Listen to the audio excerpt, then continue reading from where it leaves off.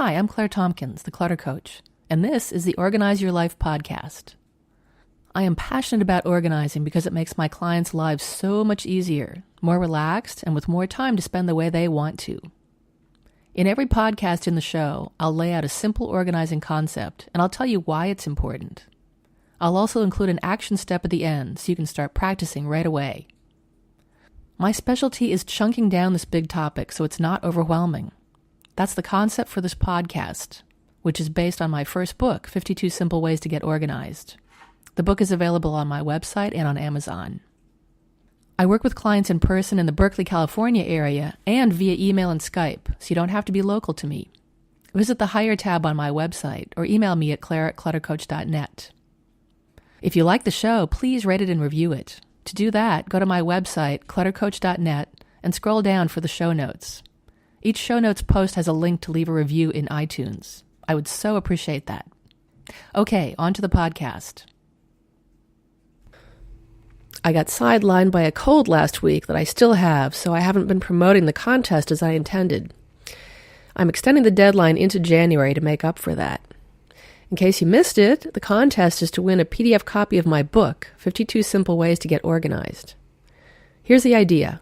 Go to my Facebook page and write a sentence or two telling me what idea or technique you've learned from my podcast that's been the most valuable to you. I'll give away 3 copies of the ebook to people who write in, randomly chosen. How's that sound? You can go to Facebook and find me at Clutter Coach Claire. I'm also going to be posting more Facebook Live videos in the coming weeks, so stay tuned for those as well. This is podcast 83, and it's about mindfulness, or paying attention. What I mean when I talk about being mindful has nothing to do with Buddhism or meditation. It's just paying attention to the present moment.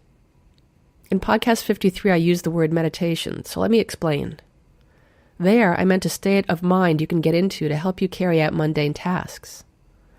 It's a state of gentle focus, of turning your attention away from distractions.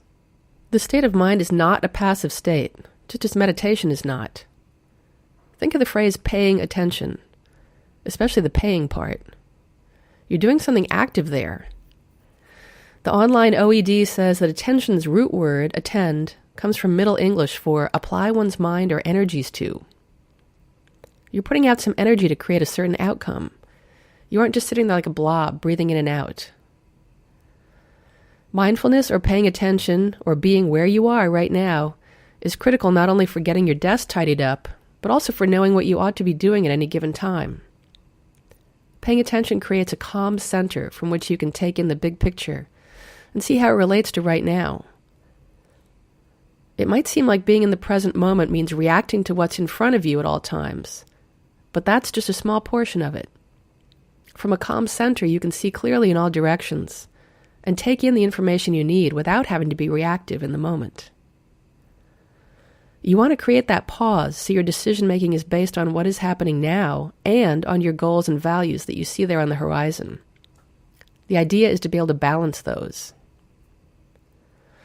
In the future, according to the SciFi movies and shows I've seen, people type on a keyboard, and instead of seeing things on a 2-dimensional screen, one screen at a time, they grab the information and throw it up in the air, where it levitates in front of them in 3 dimensions. They can see the whole situation from all angles at once. They can turn it around.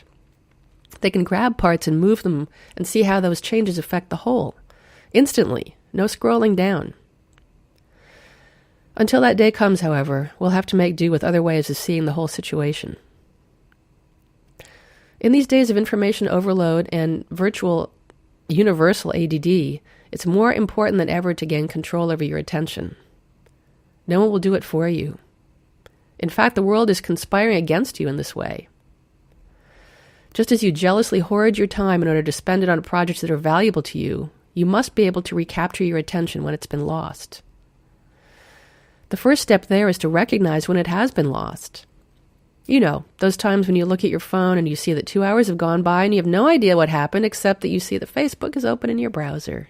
Oh well. How do you do that? Well, I already gave you the answer to that one. By practicing mindfulness as often as possible. Of course, the path of life is one into which boulders fall. Even small stones can trip you up. Just don't let dealing with boulders deflect you from the path forward. When you're mindful, here's all this good stuff that happens. You're doing the most important thing on your list right now. That's because you can accurately gauge the priority of each item. You're getting important work done on time.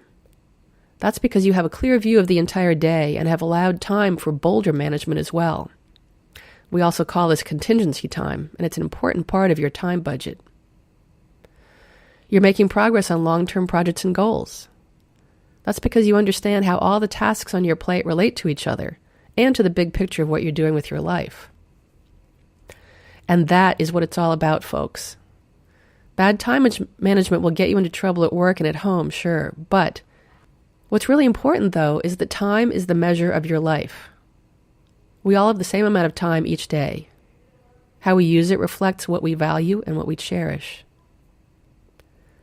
Here's what you can do right now. Put up some Postit notes that say, "Pay attention," or another phrase that will remind you to become present and observe what's happening right now. Hey, thanks for listening. I'm Claire Tompkins, the Clutter Coach. If you like the show, I'd love it if you'd leave a rating and review in iTunes. You can subscribe, too, so the podcast will be ready and waiting for you to listen to. You'll find the show notes on my blog at www.cluttercoach.net, and you can check out my store to find books I've written and a whole bunch of other stuff. If you're a fan of the show, you can become a patron on patreon.com for as little as $1 a month. You can find my page by going to the Patreon website, that's Patreon, and searching on Clutter Coach. I'll still post the podcast free of charge, but I've got some cool rewards for folks who want to help me make the show even better. Come back next week for a new podcast.